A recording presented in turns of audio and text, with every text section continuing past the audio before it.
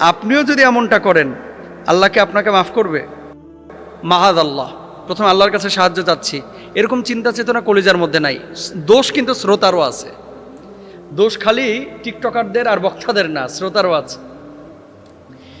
চলনে বলনে কথনে কোনো দিনের সিমটমই নাই, খালি জুব্বাটা আছে, দাড়িটা আছে আর টুপিটা আছে, ঠোঁটো লিপস্টিক মারিয়া, তারপরে এলোমেলো কিছু আলোচনা, আমার এখান থেকে কুদ্দুর, মিজান ভাইয়ের ওখান থেকে কুদ্দুর, শাইখ আহমদুল্লাহ সাহেবের ওখান থেকে কুদ্দুর, আরেকজনের থেকে নিয়ে এসা কোকিল পাখির মতো, তুতা পাখির মতো থর করে বলে ফেলায়। আর মানুষ মনে করে আরে বাপ রে বাপ, এ তো যেন তেন আলেম না। কেন শুনতে গিয়েছিলেন? বলবেন হুজুর বুঝি নাই তো। কেন বুঝবেন না? একজন স্কলারের 20টা আলোচনা শুনলে বোঝা যায় যে এই স্কলারটা দূর কদ্দুর এবং উনি পড়াশোনা করেন কিনা, কোরআন হাদিস সম্পর্কে তার জ্ঞান আছে কিনা। আপনারা এই যে এখানে সোশ্যাল মাধ্যমের অনেক ভাইরা আছে, অনেকে কি করে 2-3 হাজার টাকার জন্য রংপুর থেকে টানে নিয়ে এসে তারপরে এটার বক্তা বানায়। এর জন্য দায়ী বাংলাদেশের কয়েকটা মিডিয়া। আলহামদুলিল্লাহ, আমি এখানে এরকম কাউকে অ্যালাউ করি না এবং ঢুকতেও দিই না। আমি যে কথাটা বলতে যাচ্ছি, ইউটিউবার ভাই এবং শ্রোতা দুই পক্ষকে সোচ্চার হতে হবে। যার আলোচনা শুনবেন তার কতটুকু যোগ্যতা আছে আগে এটা বুঝে নেন, তারপর আলোচনাটা শোনেন তিনি কোন ক্যাটাগরির। লজ্জায় মাথা নত হয়ে যায়। আসলে আমরা যাচ্ছি কোথায়? এতদিন ছিল বক্তা, ওয়াজ করেছে ইউটিউবে, বিভিন্ন মাহফিলেও দাওয়াত দিয়েছে, আর আজকে সে নায়ক হতে যাচ্ছে। জামার ঠিক নাই, পাঞ্জাবির ঠিক নাই, দাড়ির ঠিক নাই, চুলের কাটিং কুটিং করে এই বদমাইশি দেখবেন আবার 20 দিন 25 দিন পরে ভাইরাল হয়ে গেল, আবার হাজির ভাব ধরবে। জুতা দিয়া পিটাইয়া এই সমস্ত লম্পটগুলোকে সাইজ করে ফেলা উচিত। আর বাংলাদেশের মানুষ তো ক্ষমা করতে জানে, ক্ষমা করে দেন। ভুল হলে ক্ষমা অবশ্যই করবেন, কেন করবেন না? ভুল হলে ক্ষমা করবেন, কিন্তু ইসলামিক স্কলার যার থেকে দিন নিচ্ছেন সে মানুষটা নিট অ্যান্ড ক্লিন হতে হবে। সমস্ত রাবিদের হাদিস কেন গ্রহণ করা হয় না? চারিত্রিক ত্রুটি থাকলে তার থেকে হাদিস নেওয়া যেমন যায় না, চারিত্রিক ত্রুটি থাকলে ওই ব্যক্তির থেকে দিন শেখাও জায়েজ নাই। কারণ এই দিন শিখে কোনো লাভ নাই।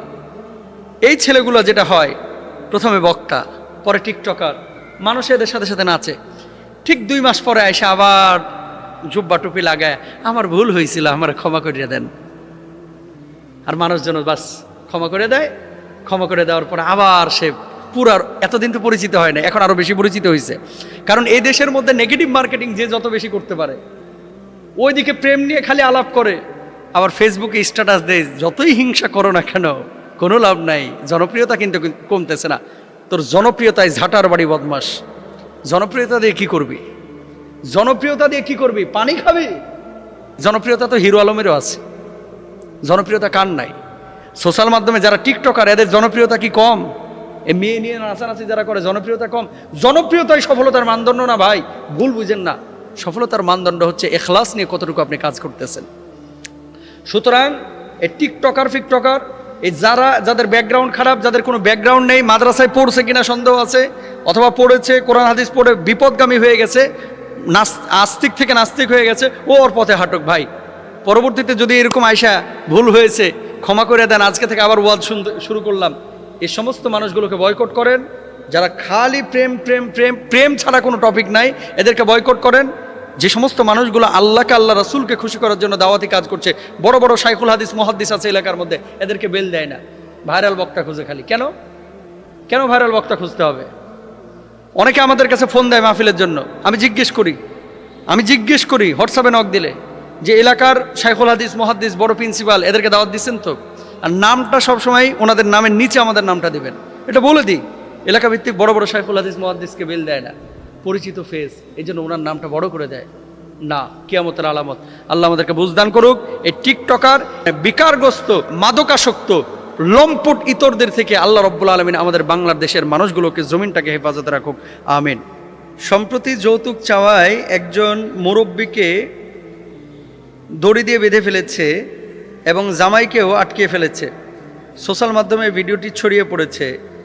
যৌতুকের ব্যাপারে ইসলামের বক্তব্য কি, আর যৌতুক যারা চায় তাদের ব্যাপারে আমাদের প্রতিবাদের ভাষা এই রশি দিয়ে না বেঁধে অন্য কিছু হতে পারে কিনা?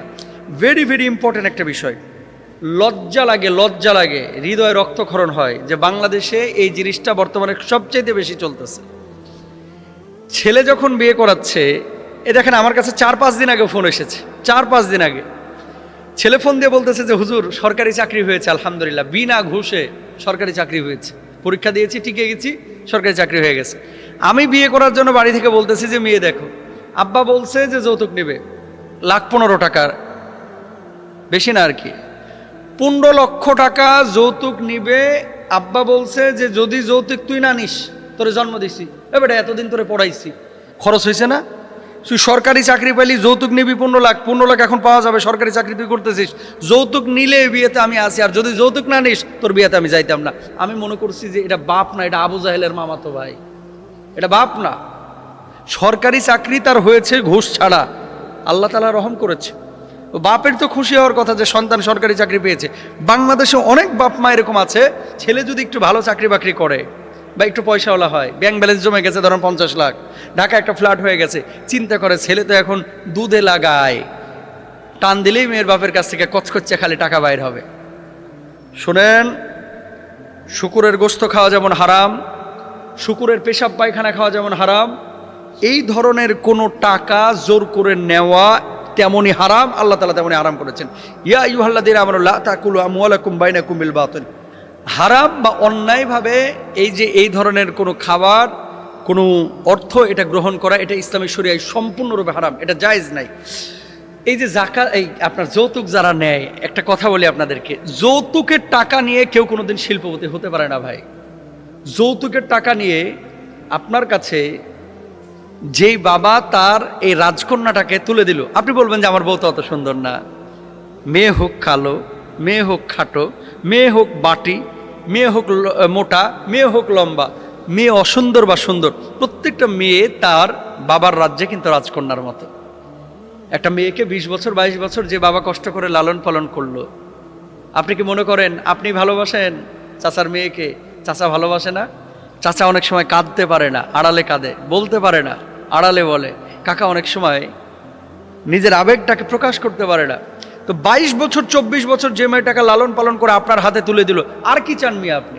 যে তার ভালোবাসার বস্তুটাকে, তার রাজ্যের রাজকন্যাটাকে, যাকে দেখে সে দুপুরবেলায় ভাত খেত, যাকে দেখে সে ঘুমাতো, যার কপালে চুমু দিত, যে মেয়েটাকে কোনোদিন ফুলের একটা আঁচড়ও দেয় নাই, যে মেয়েটাকে কোনোদিন থাপ্পড় মারার কল্পনাও করে নাই, এরকম একটা মেয়েকে আপনার হাতে তুলে দিল, আর কি চান আপনি?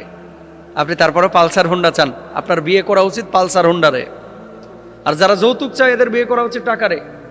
যারাই যৌতুক চাইবে, চাচারে যেরকম বাঁধছে রশি দিয়ে আপনারাও বাঁধবেন। যৌতুক দেওয়াও হারাম, নেওয়াও হারাম, যৌতুক নেবেন না। তবে হ্যাঁ, এখানে কৌশল আরেকটা আছে। মেয়ের বাপেরাও এখন আছে অতি চালাক। যৌতুক কেন নেবে না? ও যৌতুক যদি 10 লাখ টাকা চাই করে, মানে চাই 15 লাখ টাকা আবার মোহরানা ধরে ধুয়ে দেয়। যদি বলা হয় ছেলেতে এত কামায় না, 15 লক্ষ টাকা মোহরানা কেন দিলেন? হুজুর শুরুতে আটকায় দিলাম যেন ছাইড়ে ভাগতে না পারে, কারণ ছাড়লে তো আবার 15 লাখ টাকা দিতে হবে কাবিলের। তো ভাই, বিবাহ শাদী এটা একটা পবিত্র বিষয়, এটাকে অপবিত্র আমরা কেন করতেছি? কেন বিয়ে শাদীর মধ্যে কৌশল অবলম্বন করছি? কেন যৌতুকের দাবি আমরা করতেছি? কারা করতেছে? এরা মানুষ না, এরা পশুর চাইতে অধম, এরা হাইওয়ান। আল্লাহ তোরে হাত দিছে, আল্লাহ তোমার পা দিয়েছে, হাত দিয়ে উপার্জন করো, পা দিয়ে উপার্জন করো, পরিশ্রম করো, যা আসবে এটার মধ্যে বরকত থাকবে। ঘুষ খাওয়া, সুদ খাওয়া যেমন হারাম, যৌতুক খাওয়া, যৌতুক নেওয়া তেমনই হারাম। যৌতুককে বাংলাদেশ থেকে বিদায় করতে হবে, যৌতুক নিবও না। আর যে সমস্ত বাপদের বেশি উত্তেজনা এই যৌতুকের জন্য অস্থির, বাপকে বলবেন যে আব্বা আপনি আরেকটা বিয়ে করেন। বাপ যদি এই কথা বলে যে যৌতুক ছাড়া তোর বিয়ে কিন্তু হবে না, মা যদি বলে যৌতুক নিব, তাহলে মাকেও বলবেন যে আম্মা আপনি আরেকটা বিয়ে করেন, যে নিজে যে যৌতুক নেন। এভাবেই বলবেন, কারণ এই বাপরা হয় ভালোভাবে বুঝবে, আর না হলে কড়া করে শক্ত করে বোঝাবেন, তাও যৌতুক নেবেন না। আল্লাহ তাআলা বোঝার তৌফিক দান করুন।